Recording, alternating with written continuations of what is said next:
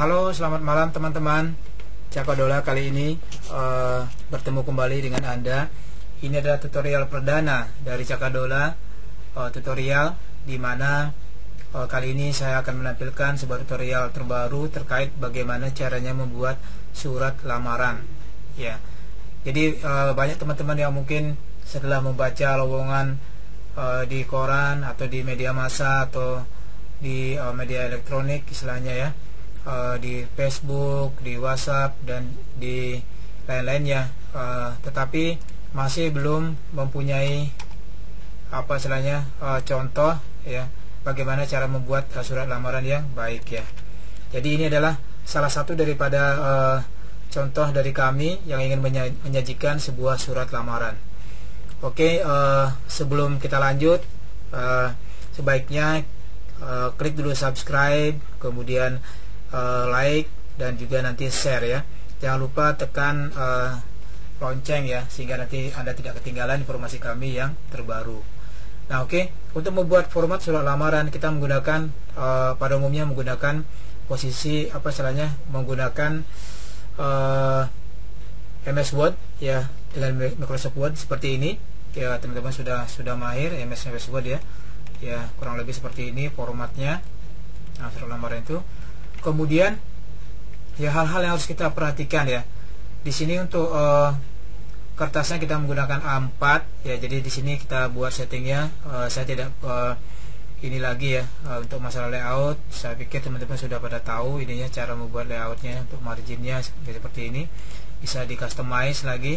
Yang penting dia tidak terlalu ini ya, tidak terlalu apa istilahnya, tidak terlalu rapat dan juga tidak terlalu longgar ya. Teman-teman, untuk masalah fontnya biasanya dia menggunakan di sini kita lihat dia menggunakan font 10. Sebenarnya kalau sekarang kita mengirimkan surat lamaran itu tidak begitu masalah dengan font, artinya dengan font 10 karena mereka bisa melakukan zooming seperti ini ya. Jadi diperbesar untuk melakukan pembacaan ya. Beda halnya kalau misalkan dia zaman dulu kita masih mengirimkannya lewat pos misalnya seperti itu ya. Jadi harus di print sehingga kadang-kadang printernya juga melebar dan juga menghasilkan tulisan yang cukup kecil ya, sehingga sulit untuk dibaca. Jadi saat ini di media elektronik yang sudah begitu demikian canggihnya, kita akan bisa membuat surat lamaran seperti ini contohnya ya, salah satu contohnya saja, dan kita bisa apa istilahnya menyiasati ya, karena bisa dengan di zoom. Nah, oke, sebelum kita mulai teman-teman, pada saat kita menerima atau membaca lowongan, kita harus memperhatikan ya hal-hal yang penting. Yang pertama adalah biasanya adalah kalau disuruh mencantumkan gaji ya, cantumkanlah gaji yang kira-kira rasional ya. Kemudian misalkan cantumkan posisi dan gaji di sudut kanan atas, nah, seperti itu ya. Ya, atau kalau tidak disebutkan misalkan ditempatkan di mana, tempatkan saja di bagian kanan atas. Kemudian di sini ada foto ya, foto Anda di sini ya, saya tidak cantumkan contoh fotonya. Di sebelah kiri ada fotonya. Kemudian di sini adalah judulnya surat lamaran kerja untuk ini ya, ini nama kita, kemudian alamatnya, kemudian di sini nomor HP dan alamat email. Ini penting ya, informasi ini penting karena begitu dia pertama kali misalkan end usernya atau HR manager, HRD-nya menerima, maka dia akan tahu bahwa ini adalah surat lamaran dari kita, dan juga alamatnya jelas, nomor HP bisa dihubungi ya. Yang dihubungi sudah ada di sini dan juga alamat email kita. Nah, di sini posisi misalkan contoh saja sisi manajer, misalkan gaji yang diharapkan adalah ini, gaji yang diharapkan ya, karena diminta untuk mencantumkan, maka di sini kita akan mencantumkan misalkan 25 juta ya, misalkan ya gaji pokoknya ya. Artinya di sini juga nanti kita harus ini juga ya. Sebelum kita mencantumkan gaji ini ya, kita harus benar-benar mempersiapkan diri. Kalau seandainya nanti di challenge atau ditanya pada saat melakukan interview, itu kenapa Anda memilih gaji sebesar 25 juta ya, bisa saja Anda misalkan melakukan memberikan jawaban ya. Misalkan saya misalkan ya memiliki target bahwa kalau saya harus keluar dari sebuah perusahaan yang sekarang ya, minimal saya harus mendapatkan gaji misalkan minimal 30% lebih besar daripada gaji saya yang sekarang, misalkan seperti itu ya, salah satunya. Atau secara ini juga bilang mengenai ring ya, ring saat ini ya. Saya mengamati untuk misalkan posisi assistant manager ini adalah ring yang diberikan ya, atau yang saya tahu dari rekan-rekan yang sudah pernah bekerja adalah sekitar 25 juta. Jadi cukup masuk akal. Atau juga ya kita terus terang misalkan ya kita compare dengan karena saya sudah memiliki pengalaman sekian tahun, kemudian gaji saya saat ini adalah sekian ya, dan saya mengerti bahwa ketika saya harus berada di sebuah perusahaan yang baru, saya akan memikirkan tanggung jawab saya juga yang cukup besar ya, sehingga untuk gaji yang seperti yang saya minta atau yang saya cantumkan adalah sesuai dengan apa istilahnya, sesuai dengan tanggung jawab daripada pekerjaan yang akan saya ambil. Kalau lebih demikian. Itu biasanya kita cantumkan gaji ini kalau kita memang benar-benar kita confident ya. Ya artinya kita meminta gaji besar karena mungkin ya kita udah punya pengalaman yang udah sangat ini, dan pas pula ya yang diminta tuh kualifikasinya kita benar-benar sesuai ya. Misalkan harus memiliki sertifikat ABC ya, kita punya ya. Dan apalagi misalkan di itu memang sertifikasi itu sangat-sangat jarang sekali orang memilikinya, itu maka chance kita akan semakin besar ya. Tetapi kalau misalkan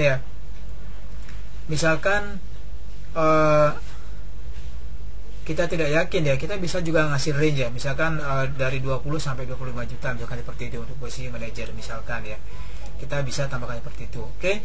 Kemudian ini kop suratnya teman-teman saya rasa sudah tahu ya bagaimana cara membuat garis seperti ini. Tinggal double, ini namanya header ya, header sini, dan di bawahnya kita sebut dengan footer di sini.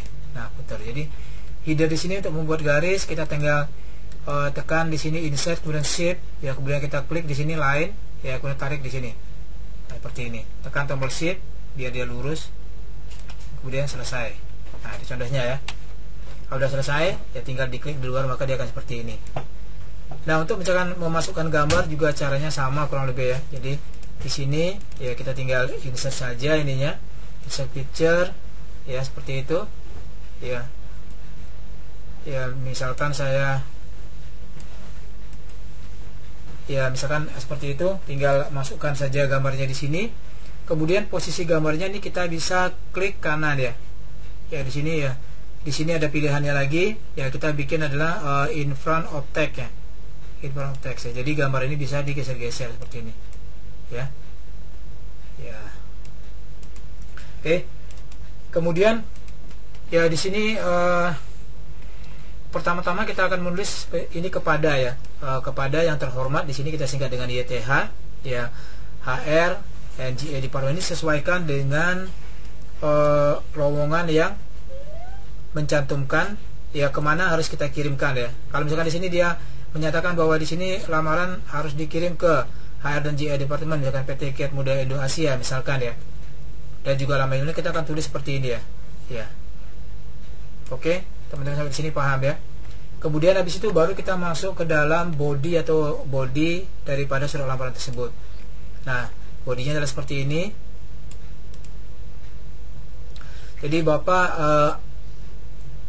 ini sudah ada yang terhormat sudah ada di atasnya. Jadi tinggal bikin Bapak atau Ibu ya. Saya menerima informasi lowongan kerja, misalkan seperti ini ya. Saya menerima informasi lowongan kerja di harian Kompas tanggal 1 Oktober 2020 di mana PT Kiat Muda Indo Asia sedang membutuhkan karyawan untuk mengisi jabatan di sisi manajer yang sedang kosong.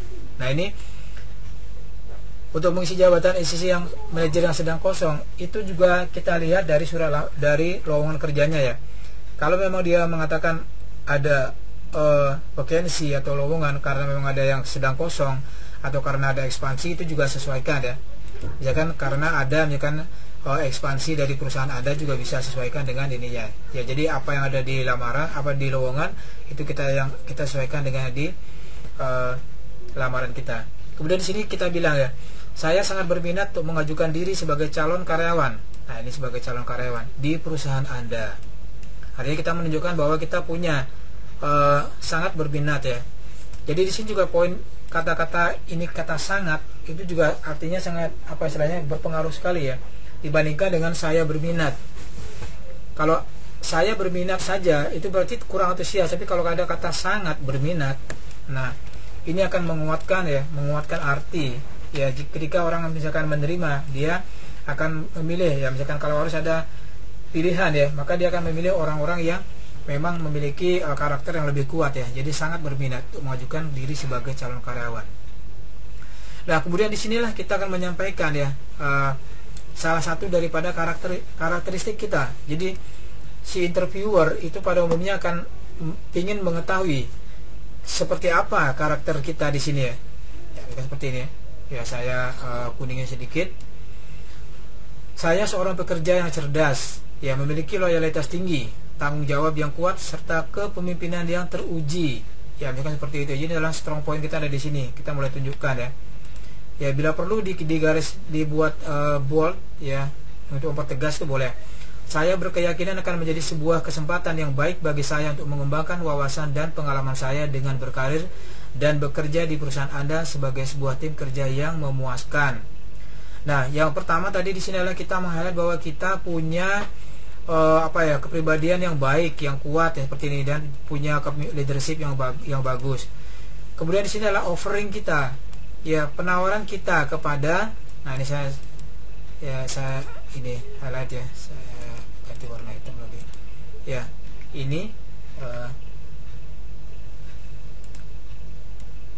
ya, ini adalah penawaran kita kepada perusahaan itu ya, dengan kita memiliki kecerdasan yang seperti itu ya, memiliki loyalitas tinggi, juga tanggung jawab yang kuat, dan leadership yang baik yang teruji ya. Di sini bukan hanya leadership yang baik, tapi yang teruji, artinya kita sudah pernah melewati beberapa tahapan yang membutuhkan kecerdasan kita, loyalitas kita, dan juga tanggung jawab kita, juga kepemimpinan kita, itu sudah memang kita katakan sudah teruji ya. Nanti kalau pada saat interview ditanyakan contohnya seperti apa pekerjaan cerdas ya. Pekerjaan cerdas adalah sanggup ya membuat sesuatu ya, keputusan ya yang bisa menguntungkan ya, artinya dia atau bisa membebaskan perusahaan tersebut dari kondisi yang memberatkan ya, seperti itu ya. Loyalitas tinggi artinya apa? Loyalitas tinggi adalah bahwa kita ya memiliki loyalitas di mana ya kita sanggup untuk bekerja misalkan di luar daripada jam kerja, baik itu dalam kondisi overtime atau mungkin sewaktu-waktu misalkan dibutuhkan untuk stay ya dalam beberapa jam ya, kita akan siap untuk hal tersebut ya, kalau memang itu terkait dengan pekerjaan ya. Tanggung jawab yang kuat ya, tanggung jawab yang kuat artinya apa? Kita kalau sudah diserahi tanggung jawab ya, diserahi tugas, itu kita wajib untuk menuntaskan tugas tersebut ya. Dan apabila memungkinkan, kita akan selalu lebih awal daripada waktu yang ditentukan dengan hasil yang memuaskan ya. Jadi dikasih misalkan waktu 3 hari, 2 hari sudah selesai dengan hasil yang memuaskan ya, tidak ada yang hilang atau tidak ada yang kualitasnya yang menurun. Dan kepemimpinan yang teruji atau leadership ya. Kepemimpinan teruji misalkan ya, ketika kita disuruh menangani sebuah proyek tertentu, kita harus bekerja sama dengan orang lain, kita harus bekerja sama dengan tim tertentu. Di sana kita harus juga menunjukkan bahwa kita punya sikap kepemimpinan ya, kita bisa membuat grup atau kelompok tertentu, kita bisa melead mereka, mengguide mereka, memberikan arahan, dan hasilnya adalah at the end atau finalnya atau akhirnya adalah itu berhasil dengan sukses ya. Pemimpin harus mampu mengorganisir seluruh kegiatan ya, baik itu nanti harus di dalam kelompok-kelompok kecil dan juga kelompok-kelompok yang utama. Oke, kurang lebih seperti itu ya. Kemudian berikutnya adalah ketika kita sudah mengoper tertentu, tentunya kita memberikan offering atau misalkan penawar memberikan janji tentang kemampuan kita pada perusahaan, tentu saja harus dibekali dengan pengalaman. Ini khususnya bagi yang sudah punya pengalaman ya. Udah perkenalkan nama saya, misalkan di sini kita sebut dengan Indra Putra Bangsawan ya, Indra Mahaputra Bangsawan misalkan. Lulusan dari Fakultas Teknik jurusan Teknik Mesin Universitas Awatara Jaya Jakarta misalkan ya. Ini ya namanya, sesuaikan dengan nama Anda. Ya di sini bisa ini ya. Ini juga bisa dibuat bold ya. Jadi sesuatu yang kira-kira itu adalah menjadi poin penting atau nilai jualnya, itu wajib dibesarkan ya, dibuat bold ya, sehingga orang akan menjadi lebih tertarik atau fokus kepada kata-kata tersebut ya. Nah, oke, jadi dia berarti jurusan teknik ya, teknik mesin ya, misalkan Universitas Awatara Jaya misalkan, Jakarta misalkan ya.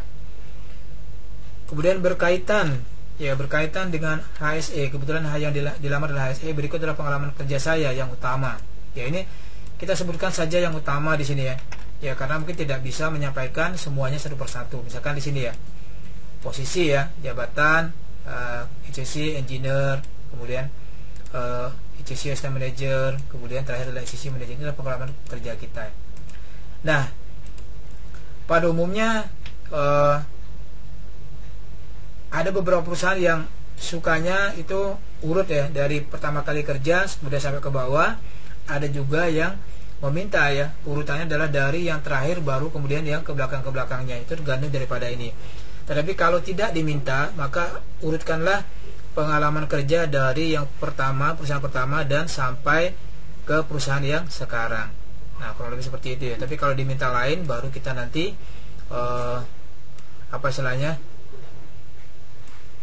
membuat urutan sesuai dengan yang diminta ya. Misalkan seperti ini ya.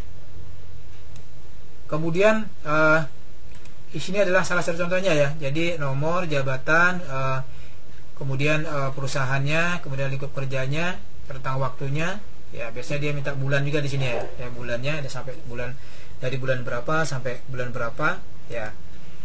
Kemudian nama produknya, atau mungkin kayak apa istilahnya, perusahaan itu bergerak di bidang apa dan gaji pokok kita berapa. Ya, kita boleh sampaikan seperti itu kalau kita confident ya. Ya, kalau kita confident kalau tidak confident gaji pokok tidak usah disampaikan, tidak apa-apa. Tetapi biasanya perusahaan juga akan nanti menyediakan sebuah formulir yang harus kita isi nantinya. Jadi mau tidak mau kita tidak bisa menghindar dari hal ini ya.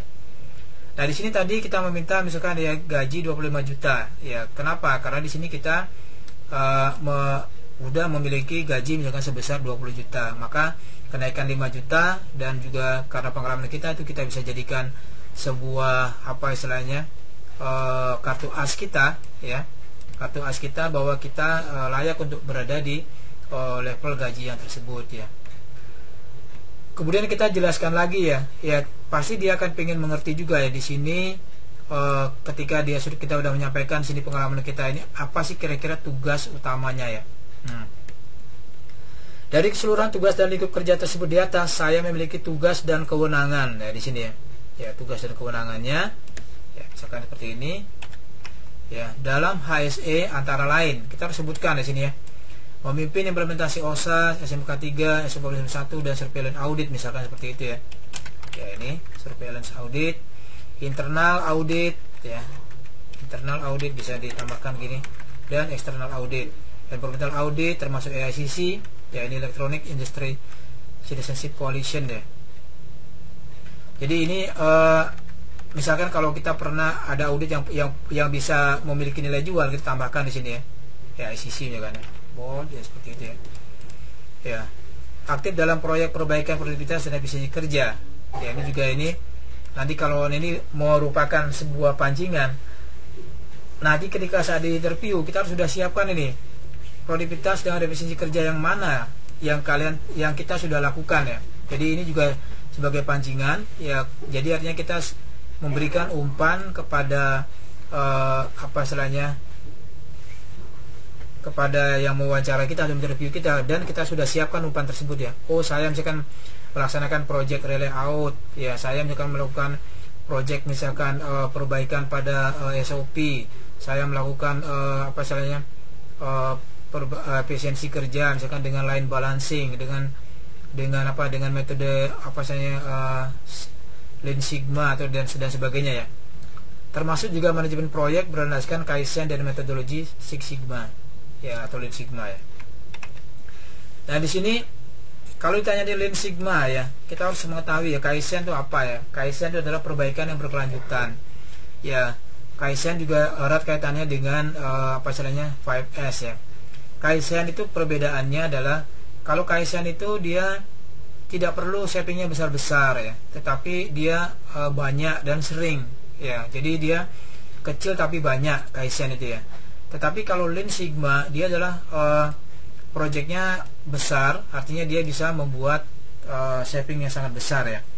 Lean Sigma ini banyak perkembangannya di negara-negara Eropa khususnya ya, perusahaan-perusahaan di negara Eropa ya dan juga Amerika ya.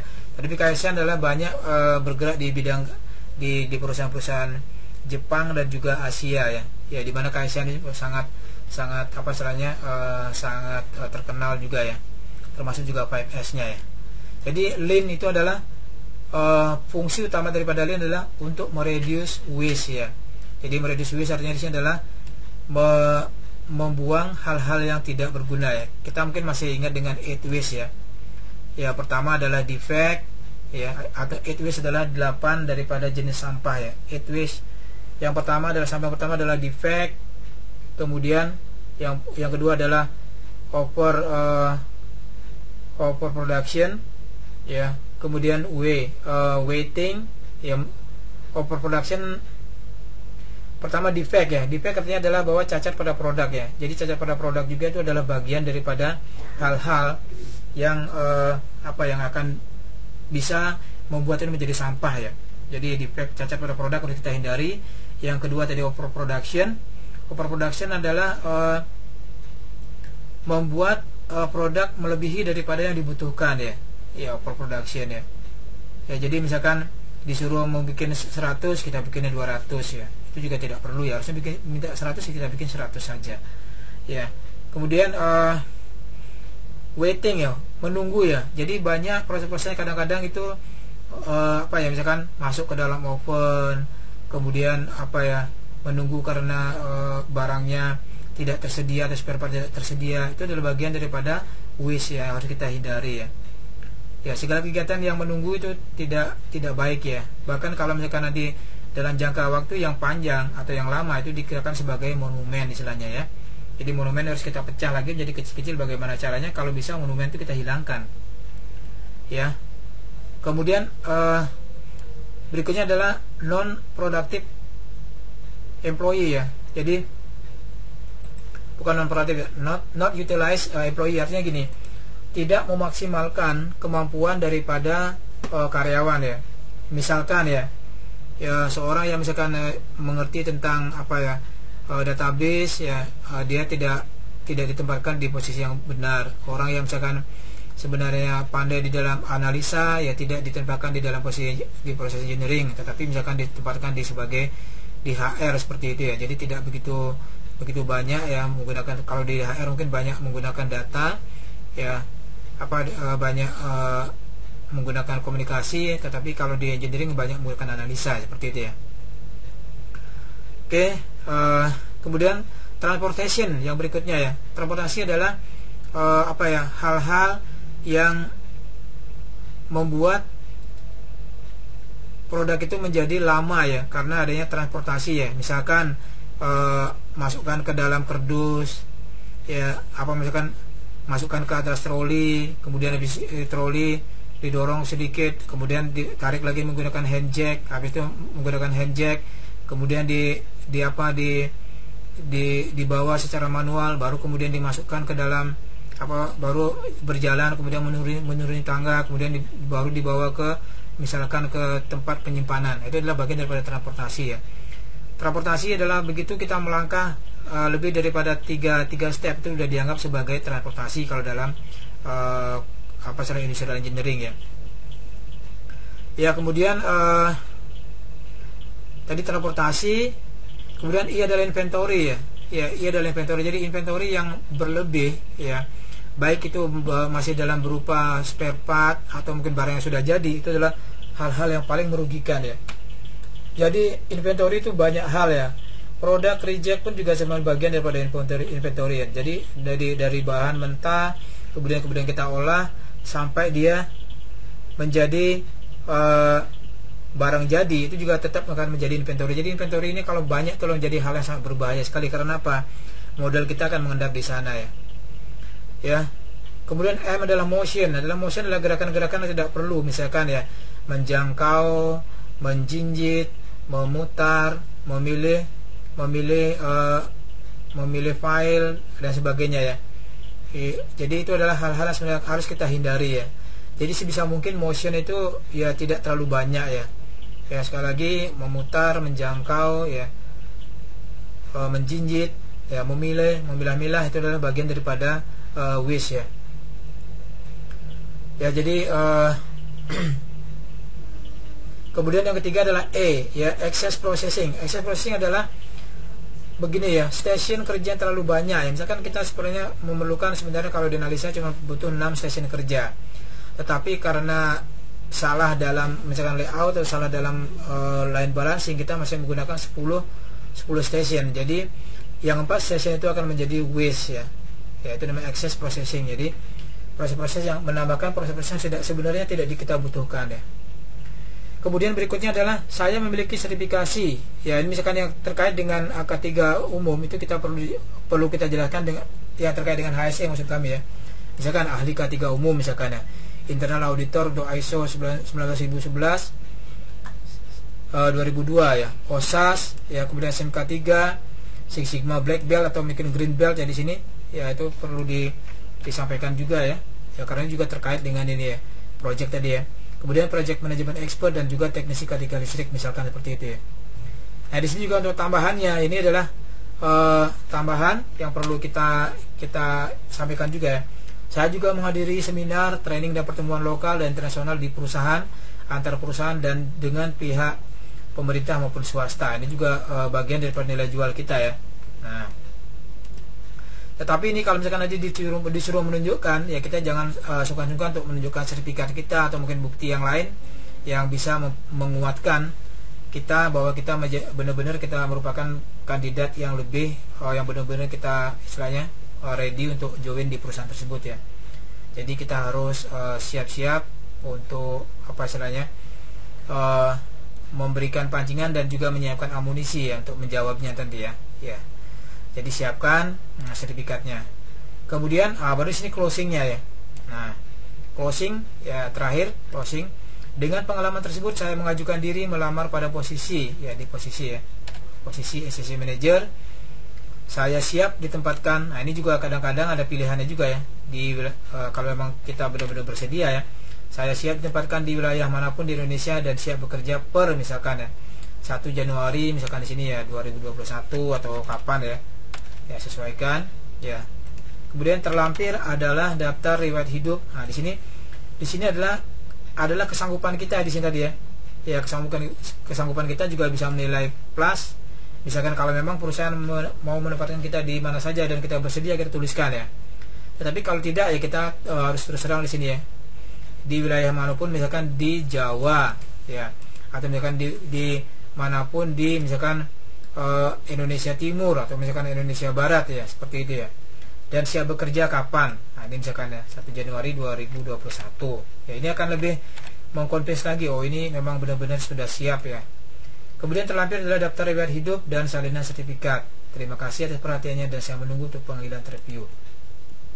Ini adalah lampiran kita ya, kita menyatakan bahwa kita memang melampirkan apa istilahnya pendukung kita, apa istilahnya kurikulum vitae atau riwayat hidup. Ya, daftar riwayat hidup sebagai apa ya faktor pendukungnya. Dan juga sertifikat ini penting sekali ya. Ya, pastikan sertifikatnya itu ada attachmentnya atau lampirannya. Kemudian di sini closingnya, penutupnya adalah terima kasih atas perhatiannya dan saya menunggu untuk panggilan interview. Ini penting ya. Nah, saya menunggu untuk panggilan interview. Nah, jadi ini akan menguatkan kita bahwa kita tadi sudah berkomitmen di depan bahwa sangat, di sini kita bilang sangat berminat ya di sini ya, sangat berminat ya. Kemudian di sini saya menunggu untuk panggilan interview ya. Oke, kemudian di sini hormat saya, baru nama kita lagi di sini. Nah, itulah kira-kira teman-teman trik-trik penting bagi kita di dalam melakukan apa ya, membuat surat lamaran. Ya, saya scroll sekali lagi ya.